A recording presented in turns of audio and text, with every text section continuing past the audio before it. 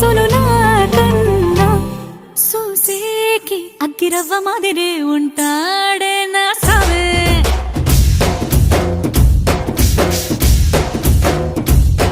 మెత్తాని పత్తి పువ్వుల